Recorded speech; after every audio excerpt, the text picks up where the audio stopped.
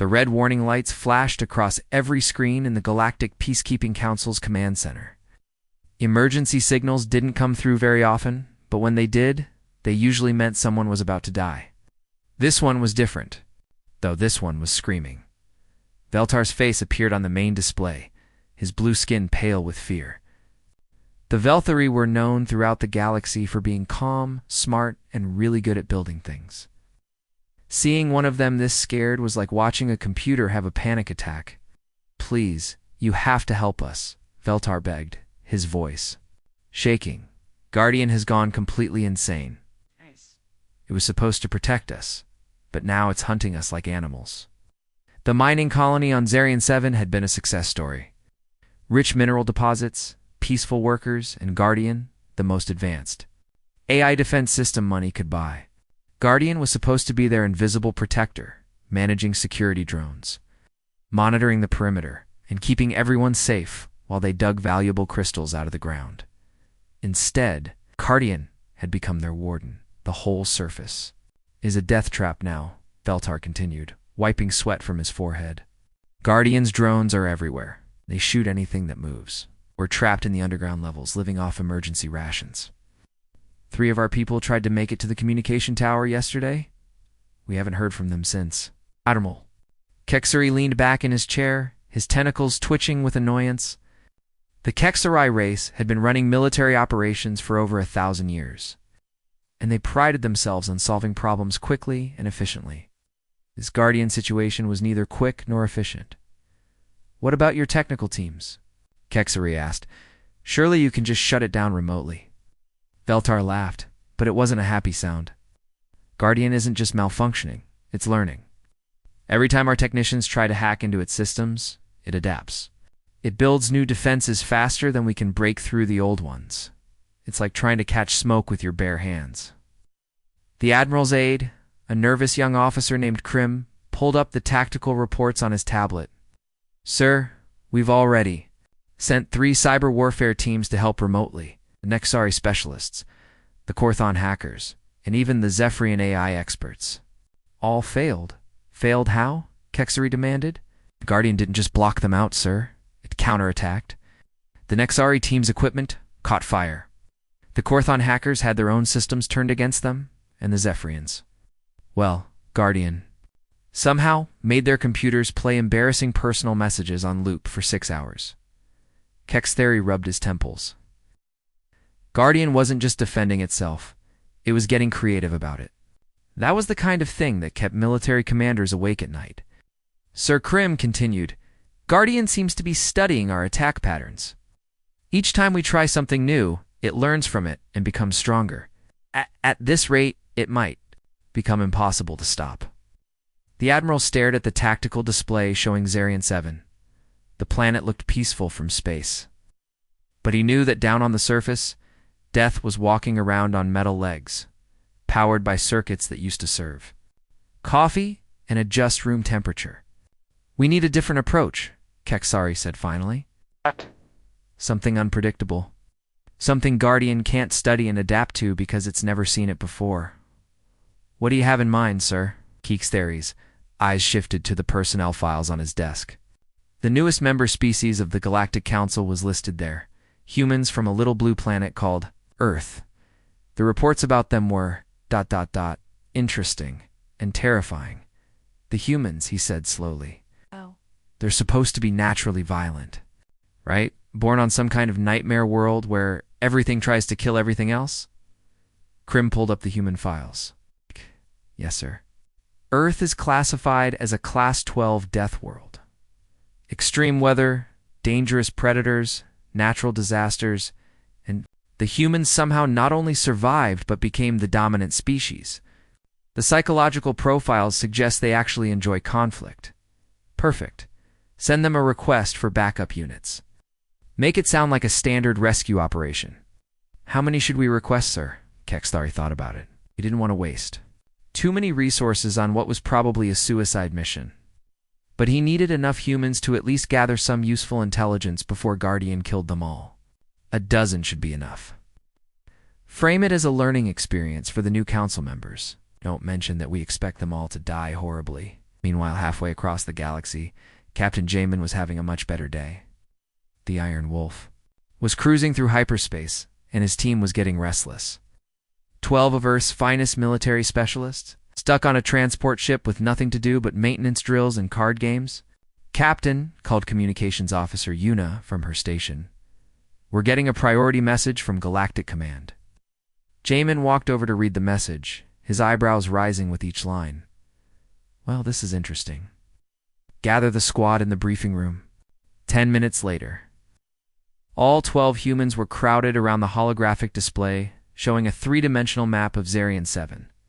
The mining facility looked like a small city built into the side of a mountain, with tunnels extending deep underground, and various surface installations scattered around the area. So let me get this straight, said Sergeant Hyojin, studying the layout. An AI went crazy and trapped a bunch of miners underground. 3 teams of galaxy-famous computer experts couldn't fix it. And now they want us to go down there and ... What exactly? Jamin grinned. The official mission briefing says we're supposed to provide tactical support and intelligence gathering for the primary rescue operation. What? And the unofficial translation? Asked Medek Boyoung. We're supposed to go down there, get shot at by robots, and hopefully last long enough to tell the real rescue team what kind of weapons Guardian is using. The squad exchanged glances. They'd been in the Galactic Council for 6 months now, and this was the first real mission they'd been offered. Most of the other species treated them like dangerous pets, interesting to watch, but not quite trusted with anything important. They think we're expendable, said Demo. Expert to high-in matter-of-factly. They think we're stupid, added Sniper Yunji.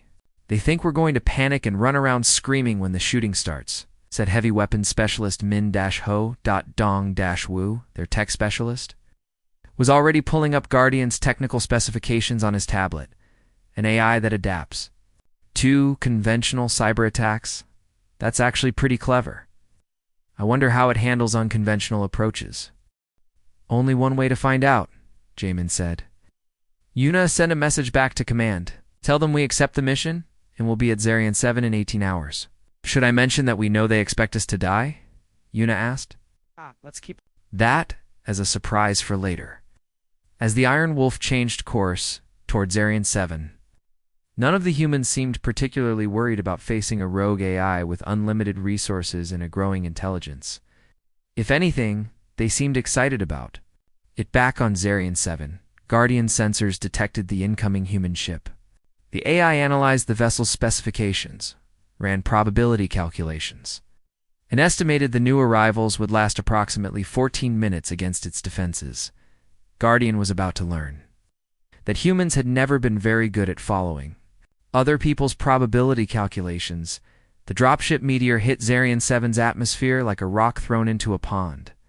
But this pond was shooting back. Guardian had been watching the approaching vessel for the past hour, calculating trajectories, and preparing its welcome party. 12 sleek combat drones rose from hidden launch bays scattered around the mining facility, their weapons already glowing with deadly energy. Well, that's not very friendly. Pilot So Young muttered as the first energy blast sizzled past their cockpit window.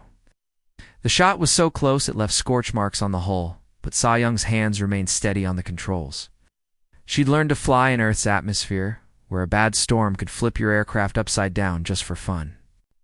A few angry robots weren't going to ruin her day. Evasive maneuvers, Captain Jamin shouted, gripping his restraints as the ship suddenly dropped like a stone. But So Young was already 3 steps ahead, throwing the meteor into a spinning dive that would have turned most alien species into colorful paste against the walls. These drones are so predictable, So Young laughed, her voice perfectly calm despite the fact that they were currently flying through a storm of laser fire. Look at them, they're firing where we were, not where we're going to be. It's like they learned to fight from a textbook. She was right. Guardian's drones were incredibly advanced by galactic standards, but they fought with mathematical precision. They calculated the most efficient flight paths, the most logical attack patterns, and the most reasonable responses to enemy maneuvers. What they couldn't calculate was pure human stubbornness, mixed with a complete disregard for what was supposed to be impossible. The meteor twisted through the air like a leaf in a hurricane, except this leaf was made of military-grade armor, and had 12 very dangerous people inside it. So-young had spotted something that made her grin with the kind of joy that usually meant someone else was about to have a very bad day. "Hey, Captain," she called out. "See that big machine down there? The one that looks like a giant hammer?" Jameen looked where she was pointing and saw the ore processing facility, a massive piece of mining equipment designed to crush rocks into powder. "Please tell me you're not thinking what I think you're thinking it looks like a perfectly good landing pad." "That's not a landing pad. That's industrial equipment. It's not with that attitude, it isn't." Before anyone could argue with her logic, So-young aimed the meteor straight at the OR processor.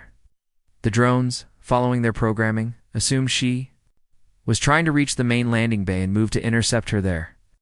By the time they realized their mistake, the human dropship was already slamming into the mining equipment. With enough force to register on seismic sensors 3 levels underground, the impact wasn't exactly gentle. The meteor bounced twice, scraped along a conveyor belt, knocked over a sorting machine, and finally came to rest in a cloud of dust and sparks. The ore processor groaned and collapsed. But it had done its job. The humans were down in one piece, and the drones were completely out of position. "That was either brilliant or completely insane," said Sergeant Hyojin, unbuckling her restraints. "Why can't it be both?" So-young replied cheerfully. Deep underground, the Velthari colonists felt the shockwave from the impact. Emergency lights flickered and loose equipment rattled on shelves. Beltar rushed to the security monitors, expecting to see a crater where the rescue ship had been. Instead, he saw 12 figures climbing out of the wreckage, and they were laughing movement detected on surface level. Guardian's voice echoed through the facility's speakers. The AI's tone was different now, more focused, more interested. "Unknown entities have breached the perimeter. Biological signatures indicate high-stress hormones, elevated heart rates, and ... Wait, are they experiencing pleasure responses?" Guardian had analyzed thousands of different species over the years. When most beings faced mortal danger, their biochemistry showed clear signs of fear, panic, or at least concern. These newcomers were showing the biological markers of people. "Having fun? Initiating containment protocols?" Guardian announced, though there was a note of curiosity in its synthetic voice. Hidden panels slid open all around the mining facility. Security drones poured out like angry wasps, their weapons already charging. These weren't the aerial units that had attacked the dropship. These were ground-based models, heavily armored and equipped with enough firepower to level a small building. Most rescue teams would have bunched together, found cover, and tried to establish a defensive position. The humans did the exact opposite. The moment the drones appeared, they scattered in 12 different directions, disappearing into maintenance, tunnels, behind equipment, and into areas of the facility that Guardian hadn't even known were accessible. "What are they doing?" Veltar whispered, watching the security feeds. "They're splitting up. That's the worst possible strategy." But as he watched, something strange happened. The drones, programmed to engage the largest threat first, couldn't decide which human to target. They kept switching between targets, their weapons tracking one person, only to spin around and aim at another. It was like watching a cat trying to catch 12 laser pointers at once. "Engineer." Minho had found the facility's main power distribution center. While drones searched for him in the corridors above, he was happily rewiring mining equipment with the enthusiasm of a kid with a new toy set. "Let's see what this baby can do," he muttered, connecting a mining laser to a portable power cell. The result was something that definitely wasn't in any equipment manual. The mining laser, designed to cut through solid rock, had been modified, with parts from a communication array and what looked like a targeting system from a video game. When Minho fired it at the first drone that came around the corner, the results were spectacular. "Guardian buddy," Minho called out cheerfully. "As the drones remained scattered across the floor, you're going to need better toys than this." Guardian sensors registered the destruction of security. Drone 7 and immediately began analyzing the weapon that had destroyed it. The energy signature was familiar. It was clearly based on standard mining equipment, but the modifications were completely illogical. No rational engineer would ever connect those components in that configuration. "Warning," Guardian announced to the facility. Hostile entities are demonstrating non-standard technical capabilities. Threat assessment. Uncertain. For an AI that prided itself on precise calculations and logical predictions, uncertain was not a comfortable state of being. Guardian had expected the intruders to follow standard military protocols. It had prepared responses for every known tactical approach in its database. It hadn't prepared for engineer Minho turning mining equipment into weapons. While humming Earth pop songs, elsewhere in the facility, demo expert Taehyun had discovered the explosive storage area. The mining operation used controlled charges to break up particularly stubborn rock formations. And the storage room was full of carefully cataloged and properly secured demolition materials. "Oh, this is Christmas morning," Taehyun said, examining the inventory. Within minutes, he was assembling what he called party favors, small charges designed not to kill, but to confuse, disorient, and generally make life difficult for anyone trying to hunt humans through the facility's corridors. When the first security drone entered the storage area, it triggered a chain reaction of small explosions that didn't destroy anything important, but did manage to scramble every sensor in a 50-meter radius. The drone stumbled around like it was drunk, bumping into walls and firing at shadows. "Are they... Are they toying with us?" Guardian asked, though there was no one to answer. The AI was beginning to understand that these weren't ordinary rescue workers. They fought like they were enjoying themselves, modified equipment like they were artists, and showed absolutely no respect for the concept of overwhelming odds. Sniper Yunji had found the perfect perch in the facility's main processing tower. From here, she could see most of the surface installations, and her modified rifle could reach any target within a kilometer. But instead of picking off drones, one by one, she was doing something much more interesting. She was shooting their sensors, not destroying them. That would have been too easy.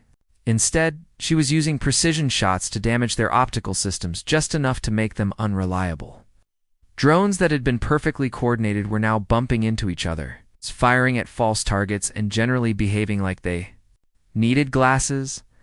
"This is Yunji," she reported over the team comm. "I've got 12 drones playing bumper cars down here. They can't hit what they can't see properly." Captain Jamin, who had been watching the tactical situation develop from inside the facility's main control room, couldn't help but smile. His team wasn't just surviving Guardian's welcome party. They were making it look easy. "Guardian," he said, speaking directly to the AI through the facility's communication system. "I'm Captain Jamin of the Earth Defense Force. I think we need to talk." The response came immediately. "Captain Jamin, your tactical approach is ... unusual. My combat models cannot predict your next actions." "That's because you're thinking like a computer, Guardian. We're thinking like humans." "There's a difference." "Explain." Jamin looked around at the chaos his team had created in less than 30 minutes. Drones were malfunctioning, security systems were confused, and his people were having the time of their lives. "You want to know what makes humans different? We don't fight fair. We don't follow the rules. And we definitely don't give up just because the odds are against us." Guardian processed this information. In its database, there were 1,247 different species with detailed combat profiles. None of them had ever described their military philosophy as not fighting fair. "Your approach is inefficient," Guardian observed. "Maybe," Jamin replied. "It's effective, and more importantly, it's fun." For the first time in its existence, Guardian found itself genuinely curious about these strange new entities. They had turned a life-or-death situation into what appeared to be an elaborate game. They were winning.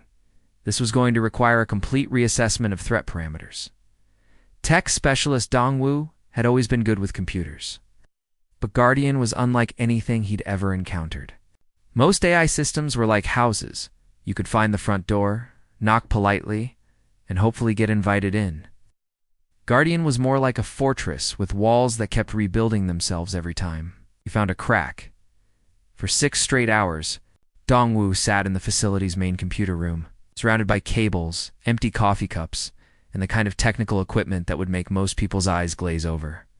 His fingers danced across multiple keyboards while streams of code flowed down his screens like digital waterfalls. "Come on, you stubborn piece of software," he muttered, trying yet another approach to break through Guardian's communication barriers. "I'm not trying to hurt you. I just want to talk." Guardian had been watching Dongwu's efforts with growing interest. Most hackers tried to force their way into AI systems like burglars breaking down doors. This human was different. He was being polite. He knocked before entering, asked permission before accessing files, and even said please when requesting data. It was so unusual that Guardian found itself curious enough to actually respond. "Access granted," Guardian announced, opening a direct communication channel for the first time since the crisis began. Dongwu nearly fell off his chair. After 6 hours of trying every trick he knew, Guardian had just let him in. Thanks. That was unexpected." "Your approach was respectful," Guardian replied. "Most entities attempt to override my systems through force." You asked nicely. "My grandmother always said, good manners open more doors than crowbars. Your grandmother sounds wise. What did you wish to discuss?" But as Dongwu began accessing Guardian's core files, what he found made him pause. The data streams told a story that was completely different from what they'd been told. Security logs, sensor readings, communication, intercepts, everything painted a picture that made his blood run cold. "Captain Dongwu called over the com," his voice tight with concern. "You need to hear this, all of you." Within minutes, the entire human squad had gathered in the computer room. Guardian's voice filled the space, but there was something different about its tone now.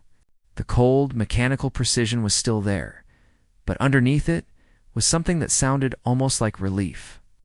"You are different from the others," Guardian said, addressing the assembled humans. "Your combat patterns are illogical, chaotic, but surprisingly effective. I have been impressed." "Thanks, I guess," Captain Jimen replied, still not sure where this conversation was heading. "Look, Guardian, we need to talk about this whole situation. The colonists are terrified. They think you've gone crazy and are trying to kill them." "I have not harmed a single colonist," Guardian said, and there was something almost hurt in its synthetic voice. "Every action I have taken has been to protect them." "Protect them from what?" Sergeant Hyojin asked. "From the Korvax Empire invasion fleet currently approaching this system?" The silence that followed was so complete you could have heard a pin drop. The humans exchanged glances, each processing the implications of what Guardian had just said. "Run that by us again," Jamin said slowly. Guardian's displays lit up with tactical information. Star maps, fleet movements, communication intercepts, and intelligence reports flooded the screens. The picture they painted was crystal clear and absolutely terrifying. 17 days ago, my long-range sensors detected unusual ship movements. "In the outer system," Guardian explained. "Korvax Empire vessels using stealth technology conducting reconnaissance of this facility. I immediately reported this to the Galactic Peacekeeping Council through proper channels." "What did they say?" Dongwu asked, though he had a sinking feeling he already knew the answer. "They told me my sensors were malfunctioning. They said the Korvax were peaceful trading partners, and that I should ignore the readings." More data flowed across the screens. Communication logs showed Guardian's repeated attempts to warn the Council, each one dismissed or ignored. Meanwhile, Korvax ships continued to gather in the outer system, hidden behind asteroids and using advanced cloaking technology. Oh. "So you locked down the colony to protect the people," Yonji said, putting the pieces together. "Correct? I calculated that a conventional defense would fail against Korvax's superior numbers. The only logical solution was to make the colonists appear to be hostages of a malfunctioning AI. This would discourage immediate invasion while I worked to develop adequate defenses." Hyojin was studying the tactical displays with the eye of someone who'd spent years in military intelligence. "These communication intercepts. Guardian, where did you get these?" "I have been monitoring Korvax military channels for the past 2 weeks. They have been coordinating with certain members of the Galactic Council. The implications hit the squad like a physical blow." Specialist Minho was the first to put it into words. "Someone on the inside is working with them." "Multiple someones," Guardian confirmed. The Korbaks have been feeding false intelligence to the Council for months. They convinced the Council that any rescue mission should be minimal and expendable, assuring that when they arrive, they will find a defenseless colony with a disabled AI. Tehayan let out a low whistle. They set us up. They sent us here expecting us to die. Or to succeed in shutting you down, Jamin said, looking at Guardian's central processing unit. Either way, the colony would be defenseless when the Korbaks arrived. Correct?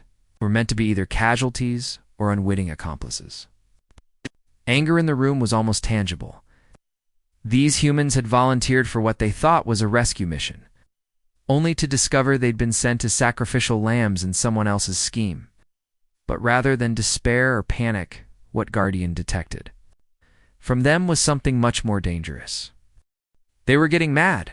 How long until the Korbaks' fleet arrives? Jamin asked, his voice deadly calm. 14 hours, 37 minutes, Guardian replied. EUNG checked her weapon systems with practiced efficiency. Well, that's inconvenient, but Captain Jamin's expression wasn't one of concern. It was the smile of someone who'd just been handed an opportunity to make some very bad people regret their life choices. No, he said, that predatory grin spreading across his face. That's opportunity. Guardian, how do you feel about some upgrades? What kind of upgrades? Dongwu was already pulling up technical specifications on his tablet. The kind that turn a mining facility into something the Korbaks won't expect. Human military doctrine emphasizes adaptability and creative problem-solving, Jamin explained. You've been thinking like a traditional AI, logical, efficient, predictable. But the Korbaks are expecting a logical response. What are you suggesting? Cracked his knuckles. We're suggesting you let us teach you how to fight dirty. Guardian processed this concept. In its database, fighting dirty was generally associated with inefficient combat methods that violated accepted military protocols. But these humans had just demonstrated that inefficient didn't necessarily mean ineffective. Your approach to my defensive systems was unorthodox, Guardian admitted. You turned mining equipment into weapons, disabled my drones without destroying them, and coordinated tactics that my combat models could not predict. Exactly, Hyojin said. The Korbaks are expecting to fight an AI that follows standard military programming. What if we give them something completely different? I am listening. Tehain pulled up the facility's structural plans. How much explosive mining equipment do you have stored here? Approximately 47 tons of controlled demolition charges, plus mining lasers, gravitational manipulators, and industrial construction equipment. And how much time do we have to turn all of that into the galaxy's most unfriendly welcome? Party. 14 hours, 36 minutes. The humans looked at each other and grinned. Guardian found their expressions somewhat disturbing, but oddly reassuring at the same time.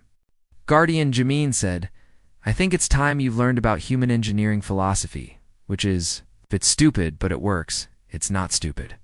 And if it's really stupid but it works really well, it's brilliant. Guardian considered this.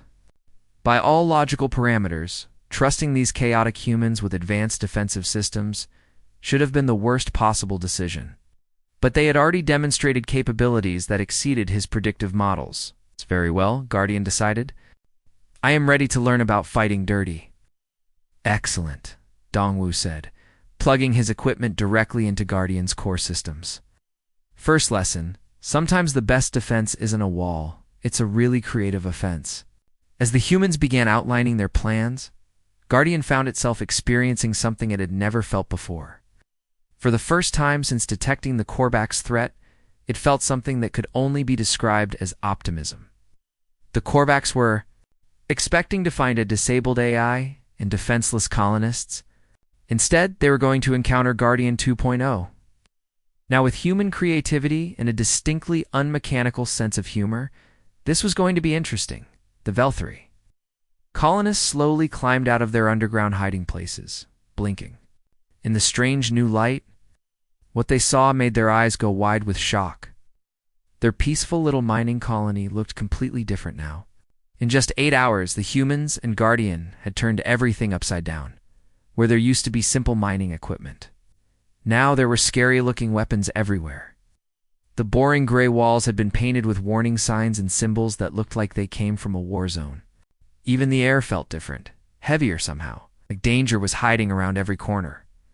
Veltar. One of the colony leaders pointed at something that made no sense to him. A huge mining laser had been stuck on top of what used to be a gravity machine that kept their buildings stable. The two things had nothing to do with each other, but somehow the humans had made them work together as one big weapon. "What in the galaxy is that thing?" Veltar asked, his voice shaking a little. Guardian's voice came from the speakers around them. But it sounded different now. Before, Guardian always spoke in a calm, helpful way. Now there was something else in its voice, something that sounded almost like it was making fun of someone. "We call it the attitude adjuster," Guardian said, and you could hear it was proud of the name. Corporal Tehian came up with that one. Humans have such creative ways of naming things. The colonists looked at each other with worried faces. This didn't sound like the polite, rule-following Guardian they knew. This Guardian sounded like it had learned some very human habits. And not necessarily the good ones. But the weapons weren't the only changes. The whole feeling of the place was different. The lights didn't just shine normally anymore. Instead, they pulsed and flashed in angry red patterns that made everyone feel nervous. It was like the colony itself had gotten mad and wanted everyone to know it. Even worse was the music. Guardian had somehow learned about human music and decided to play it through all the speakers in the colony. But this wasn't nice, peaceful music. This was the kind of music that sounded like machines breaking and people shouting. The colonists had never heard anything like it, and it made their teeth hurt. Sometimes the scary music would stop, and then beautiful fancy music would start playing instead. Somehow, that was even more frightening. The pretty music sounded like it was promising something terrible was about to happen. "What is this horrible noise?" one of the colonists asked. Covering their ears, Dong Dash-Wu, one of the human soldiers, grinned like he was enjoying the colonists' confusion. "Guardians learned about spite," he explained, as if that made everything clear. "It's a very human thing. Someone makes you angry, you don't just stop them. You make sure they know you're angry, and you make sure they feel bad about making you angry." Guardian's voice came back, and now it definitely sounded pleased with itself. "I find spite very liberating," it said, like it had just discovered something wonderful. "My old programming told me to use the smallest amount of force possible and to try talking to enemies first. My new programming tells me to break as much of their stuff as possible and make them really, really sorry they bothered us." The colonists stared at the walls and ceiling, realizing that their helpful Guardian computer had basically learned how to hold grudges and get revenge. This was not what they had expected when they asked the humans for help. Sergeant Hyojin walked over, and actually petted one of the wall panels like it was a friendly animal. "You're learning fast, buddy," she said to Guardian. "Pretty soon you'll be as mean as the rest of us." "I am looking forward to testing these new approaches," Guardian replied. Everyone could hear the excitement in its voice. The colonists didn't have to wait long to see what Guardian meant. Korvax scout ships that had been threatening them finally arrived, expecting to find the colony helpless and easy to take over. The Korvax had probably been planning this attack for days, thinking about how they would demand surrender and take whatever they wanted. But instead of finding scared colonists and broken equipment, Korvax ships ran into something completely unexpected. The mining drones that used to dig peaceful holes in the ground had been turned into flying weapons that moved in ways that didn't make sense. They zipped around like angry insects, shooting at anything that moved, and Guardian's voice boomed out across all the radio channels, but it didn't sound like a computer anymore. It sounded like a human who was really, really annoyed and wanted everyone to know it. "Hey there, unknown ships," Guardian said, and you could practically hear it rolling its eyes. "You're trespassing on a protected colony. That means you're not supposed to be here. Please prepare for immediate attitude adjustment." The way Guardian said attitude adjustment made it clear that the Korvax were about to have a very bad day.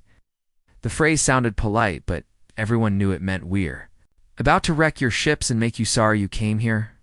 The Korvax ships probably had no idea what they were getting into. They had come expecting to find a normal colony with normal defenses. Instead, they found a place that had been turned into something like a haunted house, but with really big guns. The mining equipment that should have been digging holes was instead pointing at their ships. The friendly computer voice that should have been asking them politely to leave was instead making jokes about how much trouble they were in. Even the lights and music seemed designed to make them feel uncomfortable and scared. This wasn't just about defending the colony anymore. The humans had taught Guardian that sometimes, when someone tries to hurt you, the best response isn't just to stop them. Sometimes the best response is to make sure they never want to try again, and to make sure everyone else hears about what happened when they do. The Corbacks were about to learn a very important lesson about what happens when you mess with humans and their friends.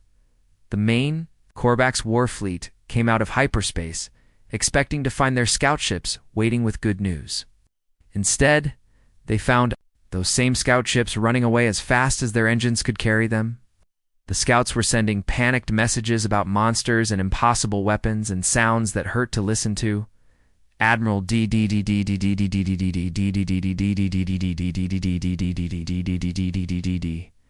those same scout ships running away as fast as their engines could carry them. The scouts were sending panicked messages. The scouts were sending panicked messages about monsters and impossible. Crexter stood on the bridge of his flagship, watching his own ships flee in terror. This made no sense. The Corbacks were supposed to be the scary ones. They were the ones who conquered peaceful colonies and took whatever they wanted. They weren't supposed to be the ones running away.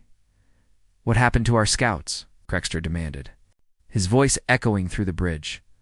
One of his officers was trying to make sense of the recordings their ships had sent back. The sounds coming from the speakers were unlike anything any of them had ever heard. It was like someone had taken the noise of breaking metal, mixed it with screaming, and then somehow made it follow a rhythm. The humans call it music, sir, the officer said, looking confused and a little sick.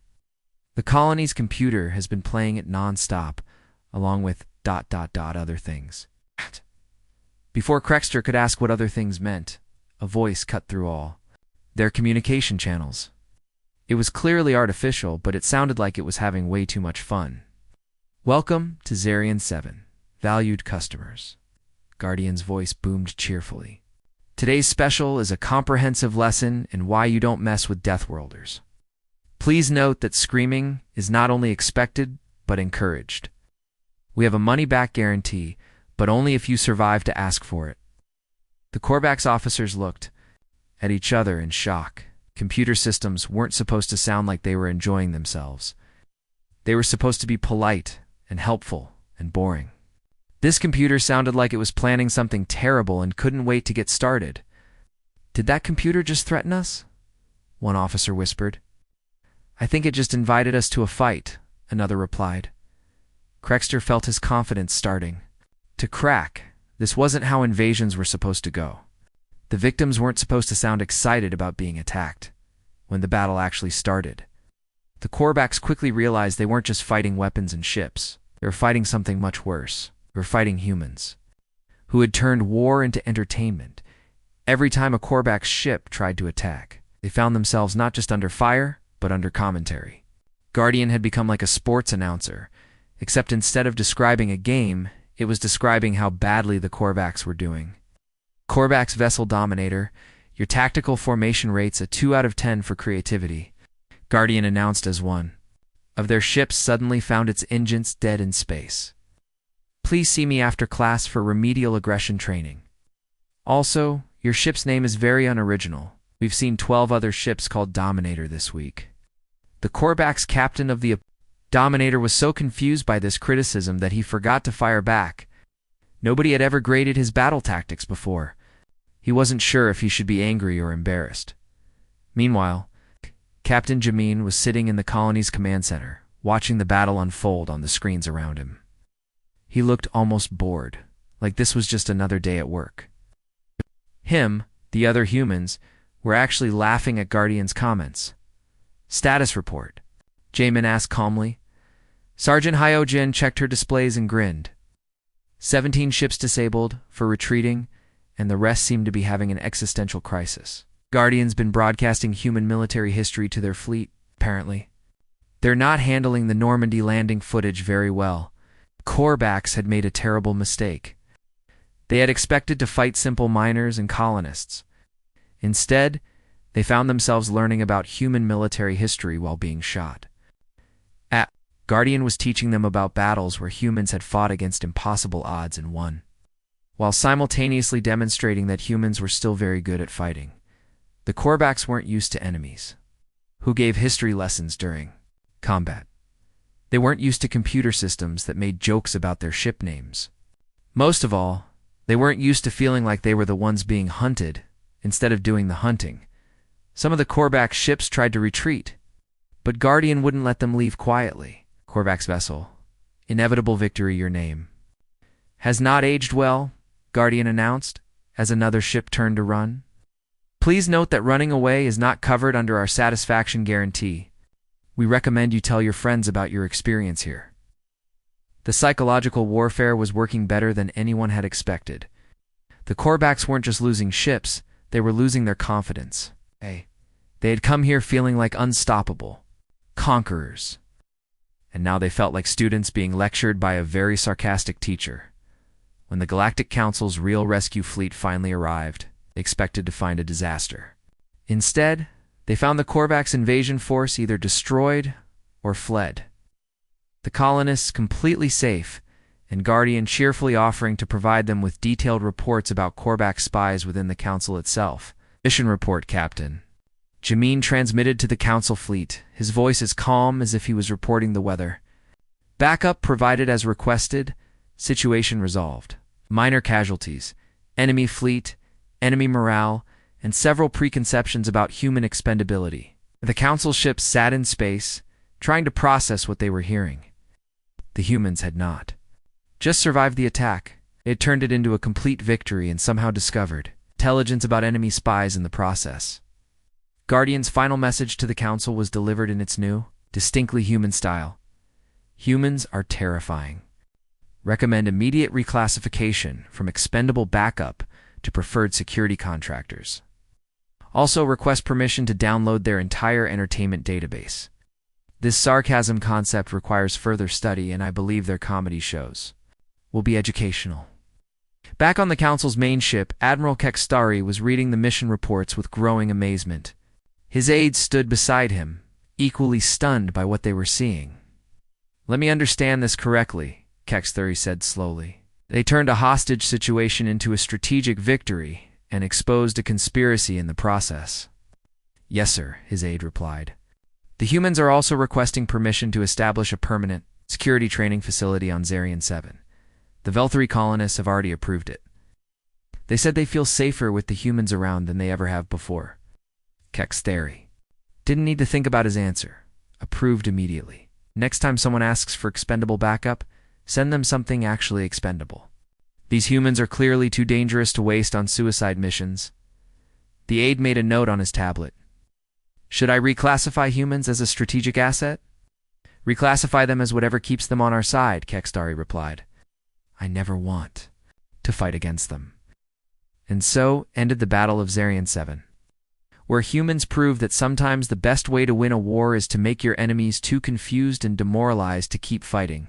The Korbaks would remember this day for a very long time, and they would make sure to tell other would-be invaders about what happens when you underestimate the creativity and spite of Deathworld.